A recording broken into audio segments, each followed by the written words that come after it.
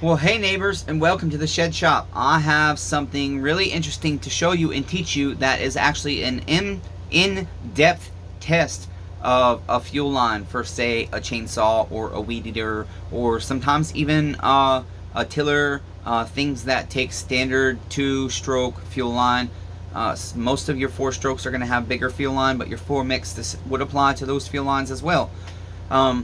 If you're new to the channel, stick around and give the video a thumbs up, comment down below what you think of everything you're about to see, and subscribe to the channel and turn on the bells so you see all the footage that this crazy guy in the middle of the woods is going to bring you.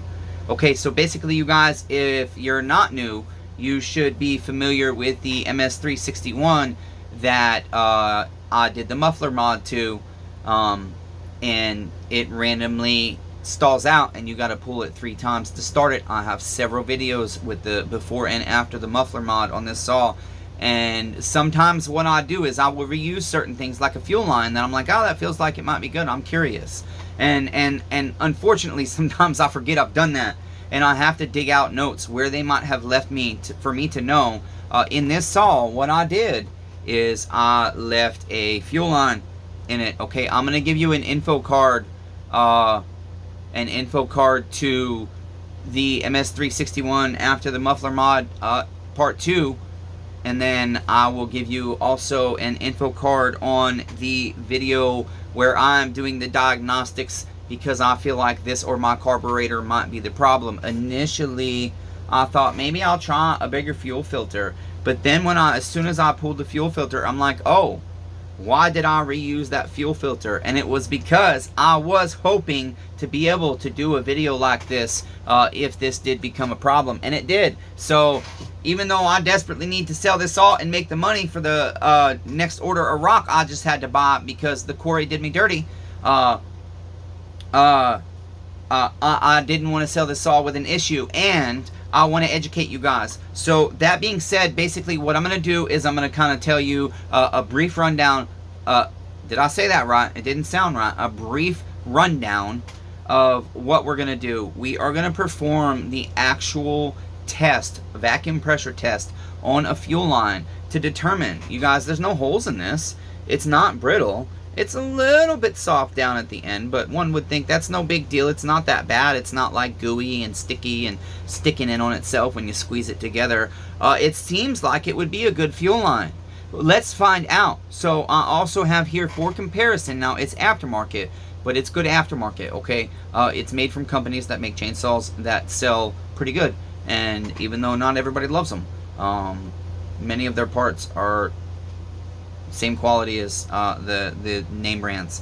And so that being said, we have this to do a comparison with, okay, of our old fuel line. You can see it's already, you know, that shape, and that will happen with this one too. It will do that as it sets in that fuel and that filter hangs on it. It will stretch down into the tank further, okay, because it wants to sit like this when it's done, and that's what it will end up doing with that little bit of extra weight. Okay, so I'm going to turn you down to the bench. Oh, no, sorry, lied. What I did, info card, remember, it's right here now. What I did to test this and determine that I wanted to go ahead and remove my fuel line and do further testing. Watch that video. I will make that the end card to this as well, because that will help you understand the thought process as to why are we taking all this time to test a fuel line. Well, because this saw runs phenomenal, but you have to understand something. This is an MS361. This is considered a professional chainsaw, even though it's only 59cc. If one of my tree service neighbors buy this, okay, and they have that sitting in the middle of a cut in a tree, and they're hammering in a wedge or something, their chainsaw cannot die and have to be cord pulled 3 times. They don't want to take that saw out of the tree, nor should they have to, nor should they be pulling the cord in the tree when there's a bar and chain that's inside the wood that could grab. All kinds of bad things can happen. Therefore, I cannot have this problem with this saw. okay? Even with a homeowner saw. Now, if it's a homeowner that's just doing stuff around their property, and they're like, cool, man, give me 25, 50 bucks off, and I don't even care about that. Or we say if it becomes a bigger issue, since you're local, you can go on and bring it by if you need the saw now. Sometimes people need that saw right now. Okay, and if somebody knows the issue and wants to accept the issue, that's based on the circumstances we decide. But basically, I want to show you how this might be the problem. We don't know yet. We haven't run this all. We haven't changed the fuel line yet. We're going to test it and find out. Let's turn down to the bench.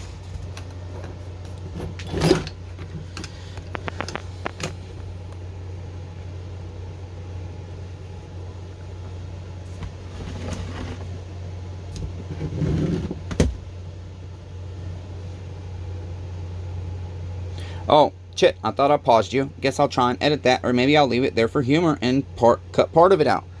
So basically, the only tools you really need for this is your fuel lines, a vacuum pressure pump that can do both vacuum and pressure. You need an attachment to plug into your fuel line, and then to seal the end of your fuel line off, you need the hemostats. Now, we're going to go ahead and do our old fuel line first, and according to the manual, this is what you do. You crimp it as close to the filter end as possible, and this is usually with it on the saw, but off the saw it's the same thing. We are going to go ahead and hook up our vacuum pressure tester, and we're going to do pressure first. It says to apply 14 pounds for general, like Husqvarna lines, is where I got this information. Now, I cannot say my numbers, neighbors, my numbers are perfectly accurate. If you're new here, I'm not a certified mechanic, nor do I try to pretend I know everything. This is information I got on the internet that you could search for too. It might not be perfectly accurate, but it is within reason. You can use these numbers to test your fuel line on almost any Steel or Husqvarna or Echo chainsaw, Shindawa chainsaw, your weed eater, etc., etc. And its standard small fuel line too is about the same numbers as well. I think your standard like 5/16 fuel line, 5/16 millimeter fuel line, or whatever it is. Okay, so what we're going to do is we're going to go ahead and set pressure first, and we're going to pump 14 pounds of pressure. And now what we're looking for is to see if this thing balloons out. Okay, it has 30 seconds. If within that first 30 seconds it balloons out, it says automatically it's no good, replace it. Okay, so we're gonna go ahead. Can you guys see my gauge? Excellent. Sorry, I have to sit down, my back is really sore. Okay, there we go. And also we are looking for leak down. It needs to hold this pressure. This fuel line does not. Okay, but I see it ballooning. You might not understand that right now, but keep that in mind when we go to test this one, okay? And you'll see the difference. Now, we could submerge this in a tub of water if that passed and the pressure failed, okay? Now, what we're going to do, and then we could look for air bubbles. What we're going to do now is, I believe that's ballooning right there. I can feel it ballooning. It's too much. It balloons a little bit there, but not too bad. It doesn't balloon at all up here, which if it was doing that, it's really bad. And so we'll say, okay, let's relieve our pressure, switch over to vacuum, and we want to pump 15 pounds of mercury, I believe they say, in Hg. So we're just going to the number 15 there, okay, which is like minus 50 psi or something, I think they say. Okay, and within 30 seconds, if it collapses in on itself, do you guys see how this has immediately collapsed in on itself? Now, again, you might think, well, that's a lot. You're sucking everything out of it. It's going to do that. Well, wait until you see what happens when we test another fuel line. Okay, so for me, I'm like, yeah, this thing is garbage. I need to replace it. Why didn't I go ahead and do that up front? Well, because, again, I have been testing different little things to be able to bring you guys these random things I found in the past that are like, wow, I cannot believe this was my problem. Just doing that every so often, randomly, when this thing is throttling down, something's happening with our fuel, that it's either surging or sucking fuel from our motor. Our motor's not getting the right mixture, and it just stalls, and you got to pull 3 times to get it started again. So now that we've done that with that fuel line, again, if you felt it passed vacuum and pressure, which you'll be able to see a better example of in a moment, and it didn't balloon or collapse, but you were losing pressure during your pressure test, then you can go ahead and apply that same amount of pressure, clip this in, apply that same amount of pressure, and dip that in water just to verify if you have a pinhole in this. A pinhole in your fuel line it does not always, it really depends on a lot of circumstances, can cause this kind of problem. It can also cause problems that are a lot more significant. So it's important to know this stuff, neighbors. That's why I'm trying to share it with you. I'm no expert, but I know a few different things that have helped make my life easier. And I wished I knew them before, and I always wished I could remember this stuff. All right, so here is our aftermarket fuel line. For now, I'm not going to tell you what brand it is, for sake of keeping the judgment fair. We're going to go ahead and plug into our regular end, and we will take our hemostats. And again, it says to crimp it as close to the filter side as possible. So within reason, we'll go toward the end. We'll crimp that nice and tight, and we will go ahead and apply pressure first. And again, our fuel line has 30 seconds. If in that first 30 seconds it balloons, it means it's no good. Okay, so we'll go again, 14 psi. You see that right there, okay? And we're watching it. And I can tell you right now, do you guys not see the difference right there? It's nice and stiff. I can't push it in and out like I could that balloon section. I can push in here, but it's still nice and stiff, okay? And it's holding pressure well, okay? And if you get a tiny leak on a brand new fuel line, I would say you can most of the times chop it up, but I would, if you want, just verify and submerge that in a tub of water. That's doing good on pressure, so we'll relieve our pressure. We will switch to vacuum, okay? And we're going to do the same thing now, 15 though, okay? And now, do you see the difference between our other fuel line? Do you see how this is not at all with this vacuum collapsing in on itself? In fact, it's doing the opposite. It's helping hold its shape, okay? You can even squeeze this and it still doesn't convince it to stay, okay, neighbors? So this is indeed a good fuel line. I want to show you the other one more time for comparison. Let me get up here and make sure you have a good view.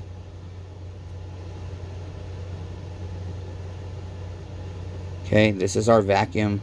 Let's go ahead and hook our other one up and vacuum real quick. And then that will be the end of the video. So stay tuned for that one more time. And then maybe I'll say something exciting. Maybe I won't.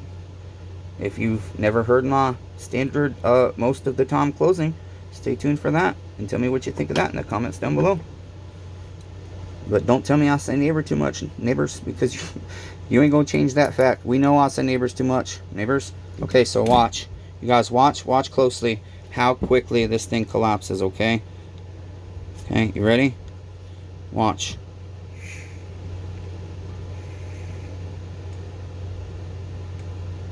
Okay, already collapsed. I don't know if you noticed that, and it's continuing to collapse more. Okay, the longer it holds the vacuum. Do you see how sucked in it is right there? It is completely, I can feel it, completely closed off right here. 100% restricted. It can do that. Think about that pulse. Every time your piston sucks up and pushes down and up and down, it's causing pulse and vacuum to your carburetor and your fuel line. And if it's going, we can have this, that's okay, but this with our fuel line is no good, okay? As our pulse goes in our motor, think about your fuel line doing that the whole time in your tank. It's going to mess up your fuel mixture. It's going to mess up the flow. So that's it, neighbors. I hope you found this video useful, and the best way you can support this channel right now, if you are already here, you know the different things that are going on. If you're not, I encourage you to check out Shed Shop Updates. I have another one coming up very soon about everything that's going on. If you like this content, if you guys like this education, give it a thumbs up. Comment down below that you like it. And if you have a different procedure, or you do this different ways, or you never knew about this, or you've known about this your entire life, tell me about it. Let me know down below. Just be nice to each other. That's it. That's my only request in the comments. Be nice. You can have your opinion, respect differences of opinions, and be nice. Not everybody knows everything. Be kind to one another. Everyone's facing a battle. I love all 8 billion of you, even though I suck at it, neighbors. Sorry I'm so tired and in so much pain all the time, but I'm trying. What else am I supposed to do? Let's keep trying to persevere, neighbors. Thanks for all your support.